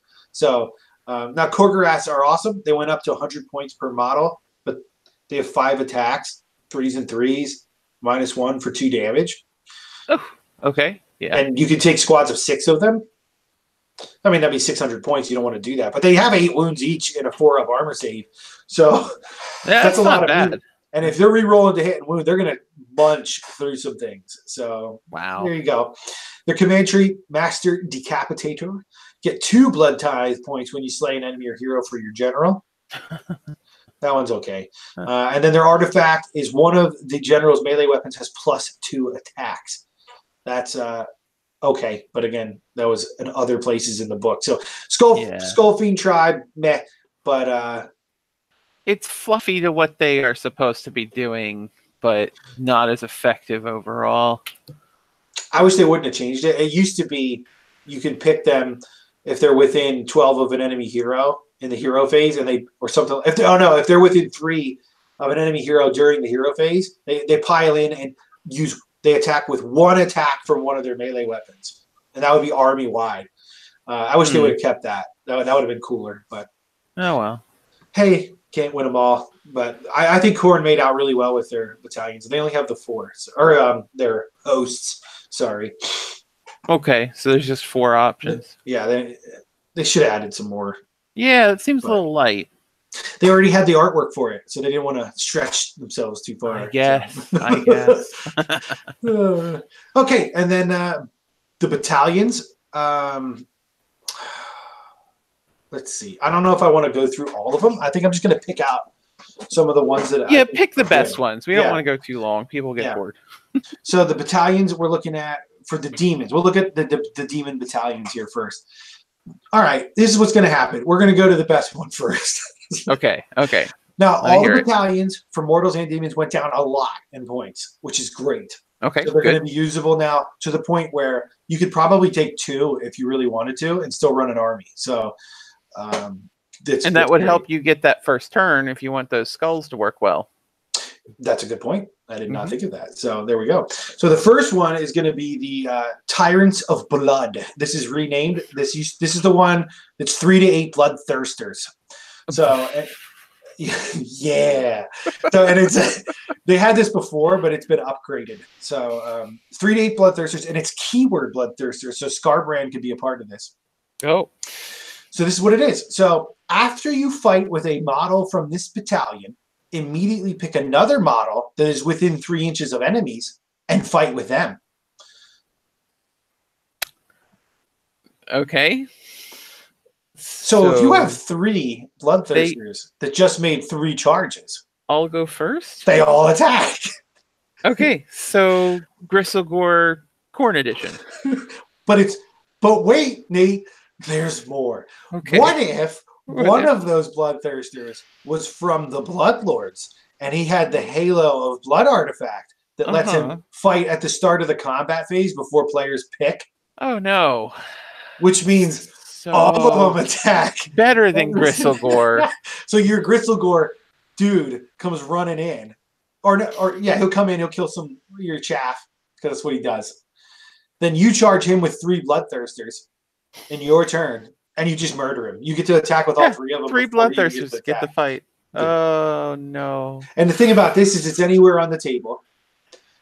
And if so you could do the fight before, but you could also do the Reapers of Vengeance and make one of them fight again. So you could do that. So that is awesome. And that is 140 points. Oh, boy. Nice. Yeah. So that's that. What's the other one that's good? Oh, the Gore Thunder Cohort is 120 points. And this is the Skull Throne of Khorne, which is garbage, but you have to take it. It's hot garbage. So I thought they would do something to it. But they didn't. And 3 to 8 Skull Cannons. And this allows reroll to hit rolls for the Skull Cannons. They're missile weapons when they shoot. Now, this is basically the way the one was before, but now it's only 120 points. The thing with this, though, is Wrathmonger's +1 attack aura that they do in 8 inches now also adds +1 attack to Skull Cannons. It just says +1 attack, not melee weapons. Wow. So you can do that, and they're re-rolling ones to hit, right? Is that what they're doing with their Locust? Let me check that. Yeah, I think it says re-roll hit rolls of 1 for Khorne Demons. It doesn't say in the combat phase. I don't. No, again, I'm just, gleaning information here. from other sources. I don't have the book, but it's looking like that's going to be hot. That's going to be real good. All right. That one. And then we've got the Khorne artillery. Huh. Yep. And then the Charnel Host is probably my second favorite one. Probably more favorite than the Khorne artillery. It's a unfettered fury bloodthirster, a bloodmaster, and 3 to 8 units of bloodletters. So if you're playing a demon army, you're just always going to have this. It's all stuff you'd take. Yeah, and it's reroll wound rolls of 1 while they're wholly within 16 of the bloodthirster. So that's just great. That's awesome. But yeah, that's the 3 for demons. And then the mortal ones. Okay, what do we got here? Well, I think I like number 1 best battalion for mortals is the Slaughterborn, hands down. Slaughterborn. Okay. Slaughterborn. It's 180 points, so this is expensive. I think it's the most expensive one in the book. Okay, it is an exalted Deathbringer, who you're going to see a lot more of. You never saw him before, but you're going to start seeing him a lot because his command ability is ignore battle shock tests wholly within 18 inches of him for a command point. Okay. So that's where the banner went. He's your new blood secretor. Which is great. And they fight decent. We just never used them before because they didn't have a spot. But now they do. Okay. 2 to 4 units of Skull Reapers, which they got changed. In my opinion, I think they got better and they went up 10 points, but they're more solid now all around and easier to play with. They're going to be good. Okay. And then 1 to 3 units of Blood Warriors. Okay. And this is what all of these units get for all units in the battalion. Worsen the Ren characteristic of melee weapons that target units from this battalion by 1 to a minimum of 0. Oh. That's just awesome. Okay. All of these guys have a 4-up save. Yes. So. It's a tanky Khorne battalion. My God. And then, so you take 3 squads of Blood Warriors from Gore-Tide in this. They're immune to Ren 1 weapons, and they're reducing all other weapons Ren by 1. You can make them run and charge. You can make them, with the Blood Tide table, attack twice when they die, so we think. This is getting to crazy town here. The Slaughterborn is excellent, especially with Gore-Tide. Very nice. Yeah. Gore Pilgrims, I think that's still good, 140 points. So it went down 60 points. And you add 8 inches to the Blood Secretor effect, which the Blood Secretor can move, but he still does reroll successful spell casts within 16. So plus 8. Would that put it up to 24? And then he still does the +1 attack to Khorne units, melee weapons in 24 if you take that. Okay. Great thing. And then we've got the Brass Stampede. This is a Juggerlord. That's what I call him, the Juggerlord. And 3 units of Mighty Skull Crushers. And Mighty Skull Crushers, woo! Best unit increase in the entire game. Mighty Skull Crushers are going to be everywhere. So their armor save went up to a 3+. When they charge on a 2+, if there's 6 or more models in the unit, on a 2+, for every model that charges in to 1 inch of the enemy unit, you take D3 mortal wounds on a 2+. Wow. That's insane. What the Brass Stampede does for 140 points is makes the Juggerlord which he has that same ability when they charge, do D3. Instead of a 2+, it just automatically works when they charge. So Mighty Skull Crushers are also battle line units. So battle line 3+ save, 5 wounds each. There you go. My goodness sakes. And they all got an extra attack on their melee weapon too. Yeah. It is amazing. Yeah, amazing. I mean, going from 2-up to just automatic isn't huge, but it's still worth it, I think, for the victory, for the command point and for the next artifact. Yep. And less drops. I mean, that's... Yep. And they're battle line. So they did go up 40 points for that. So they're 180 for 3. Yeah, but that's a pretty beefy upgrade they got. My God. I think they made out the best in this whole book. Mighty Skull Crushers. And then what's yeah. This one's kind of a sleeper, but I think I like it. The Blood Forged. We got the Skull Grinder. Remember the anvil guy that could hit like the anvil? The anvil balloon. We like him. And then we've got 2 to 4 units of Wrathmongers, which I'll take a minute to talk an ode to the fall of the Wrathmonger. They're still good, but they lost that ability that when you kill one of them, it makes your model like eat itself. Yeah, okay. That was sad. So now they just do D3 mortals on a 5+ when they die, which is a horrible downgrade. Yeah, that's a big cut, but I don't know.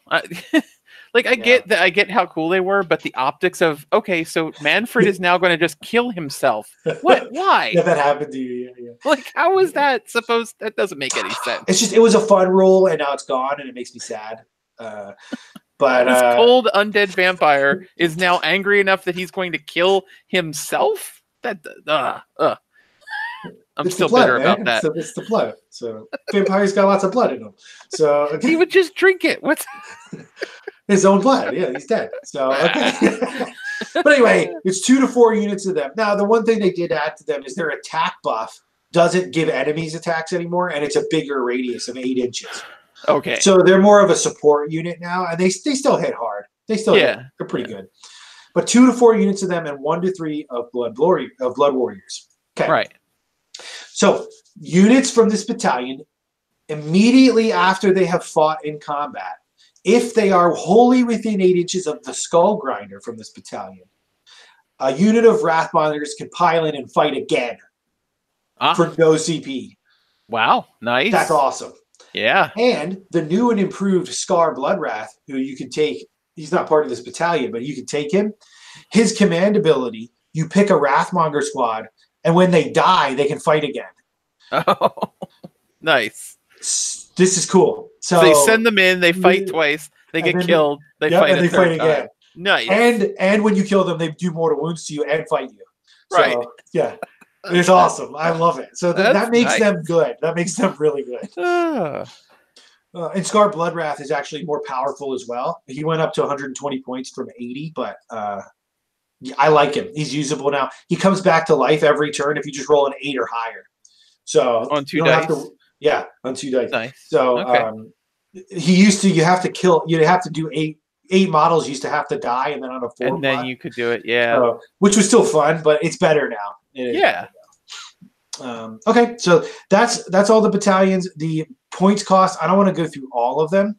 Yeah. Most of it stayed the same, but we said some key things that I noticed. Coregrass went up to 100 from 90, which was nice for list building. Skull Crushers went up 40 points to 180. Skull Reapers went up 10 points. They're at 180. Wrathmongers went down to 140 from 180, which was great. Yeah. But again, they lost their super cool ability. Right. But that's probably why they went down. Yeah, it was a great call. What was another big change? Oh, the Bloodthirsters. The two-handed axe guy he's only 280 for that big Bloodthirster, which that is a steal. Wow. He is just awesome. 300 points for the Unfettered Fury, which is like the default Bloodthirster, the one with the whip. Not the chain flail thing, just the whip. But he has an ability now where when he's in combat with something, he just grabs them with his whip and they can't fall back. That's awesome. Wow. This is going to really be good against Skaven. This is going to be really good against Ideneth, Deepkin, to like tie down some of the stuff that wants to retreat. It can really mess people up because most people don't want to be in combat with a Bloodthirster. So it's nice. So he's 300 points. Wrath of Khorne is, I think, where is Wrath of Khorne? Wrath of Khorne's 320. That's not bad for him. Scarbrand stayed the same at 400 points. Okay. I think overall he got improved. He lost his ability to like insta kill Marathi. I'm sad. I'm sad about that. But let's be honest, that never happened. It was just a threat. It's a threat everybody talked about, but no one ever did. Right. And what he gained in so now he can't insta kill Marathi, but he can instant kill anything else. So and insta kill a huge horde of because before it used to be one model. Now it's just mortal wounds. Right. So the big change to him was he lost his like buffs to himself to reroll his failed hits, reroll failed wounds, reroll charges. He retained the reroll charge part. Okay. But you can pick these reroll ones up and reroll ones to wound and reroll. He always rerolls ones to hit because he's a human hero. So overall, I think he's going to be fine as far as that goes. He gained an extra attack from his normal weapon, Slaughter. So he has like 9 when he's on Insensate Rage. Wow. And then Carnage got way better. So before, you used to have to hit on a 4+ with Carnage, and then it would trigger the ability. Now it just triggers the ability automatically if you're Insensate. So on a 1+, you just – so what happens is with Scarbrand, with the new Carnage, is he has 1 attack with it. He touches a unit. So he rolls the dice because he has for 1 attack with Carnage. You roll the dice, and if you roll equal to the value on his chart, right, which is like 4 or whatever when he's bad. When he's super crazy, it's always works. So he just does 8 mortal wounds from that attack. But if you roll a 6, he does 16 mortal wounds. Jeez. To the squad. Before it was just 1 model. So hey, here's my big unit of 40 ghouls. Oh, okay. Right. But here's the zinger. It's a melee weapon with 1 attack. So if he's near the Blood Secretor, he has 2 attacks with Carnage. If he's near Wrathmongers, he has 3 attacks with Carnage. Ah, I see. So we're talking if he's Insensate, which means all you have to do is not attack with him.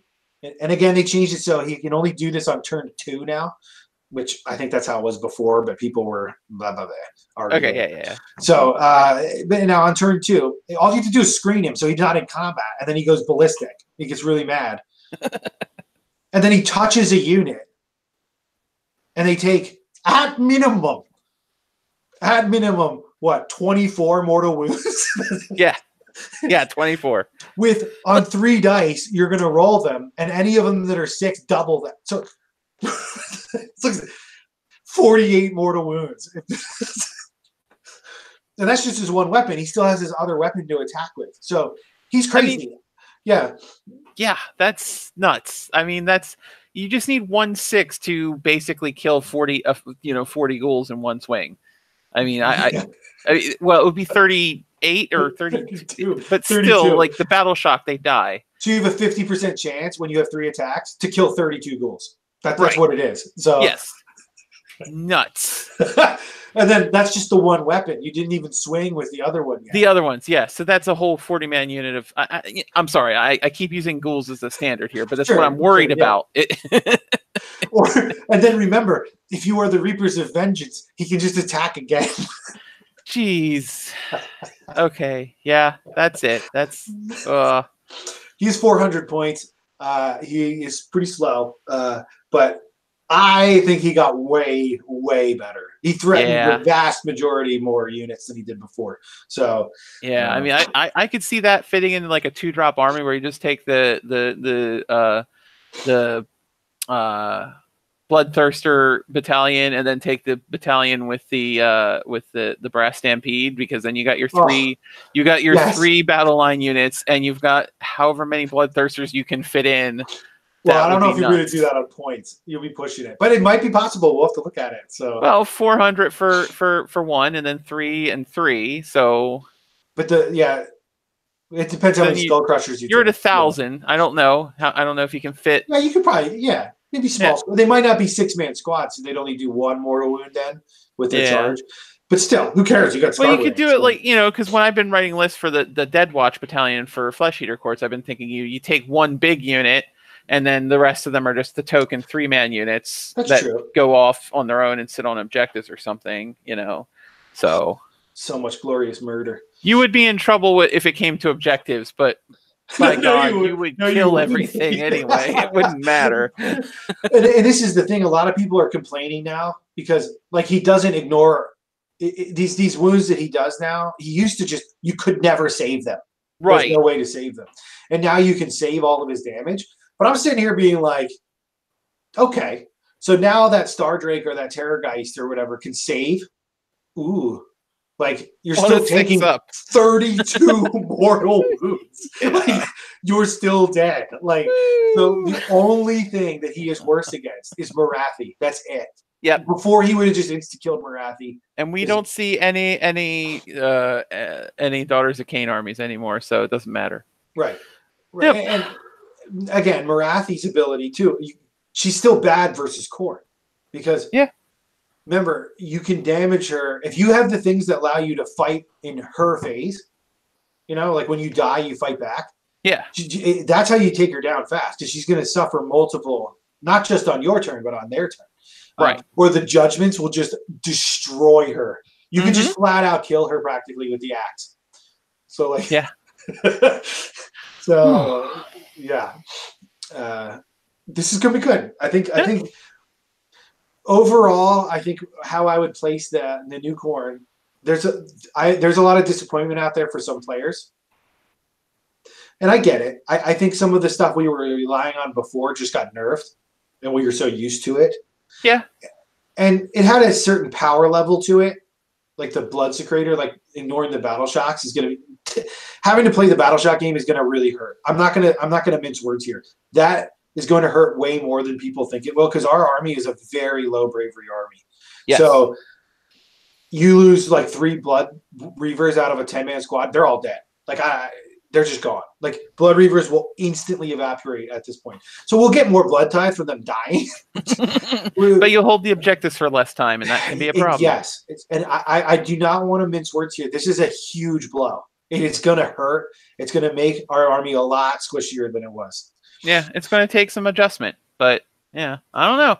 I mean, I would like to see we'll have to get some, Khorne versus Flesh Eater Hordes games in and see how that turns out. I think that would be good.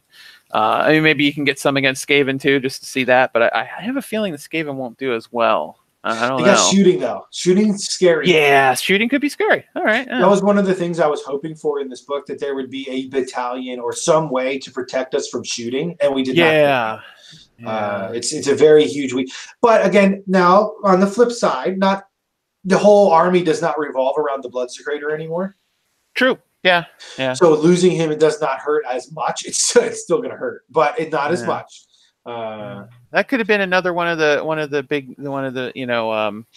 are they called? Like the Skull Eater tribe things. What are those? The Korgoraths? No, I'm just saying the bigger the ones that let you pick out your command traits and stuff. They could have been like, there could have been one that was from Akshi or something. So they like set the terrain on fire and then there was smoke. And the first battle round they're -1 to hit from shooting or something. That would have been cool. Yeah. Oh well. Oh well. It is what it is. I mean, I think we got faster in a lot of ways. I think we got more options in a lot of ways. And that's what I would say to people. If you're disappointed, I understand where you're coming from. Yes, there's a lot of things that hit us here that are not the best. That could have been done better. But what I feel like, I used this analogy earlier when we were talking about it, is before we had a big stack of butter in the middle of our toast, right? And it was good. That tasted real nice when you bit into that big piece of butter. But what they've done now is they took that butter and spread it out all over the toast. So now you have more buttered bread at this point. Yes. All right. So, yeah. So, yep. And I'm building tons of Mighty Skull Crushers currently. That's what's on my table. That'll be fun. My God. It's like 180-point Dracoth Riders. Like, you get 3 of them for 180.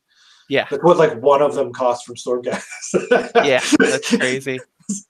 All right. Well, we've been yammering a lot here, but I mean, maybe you want to close it out. What do you feel impact on the meta for you or your army, and then that'll be the last thing.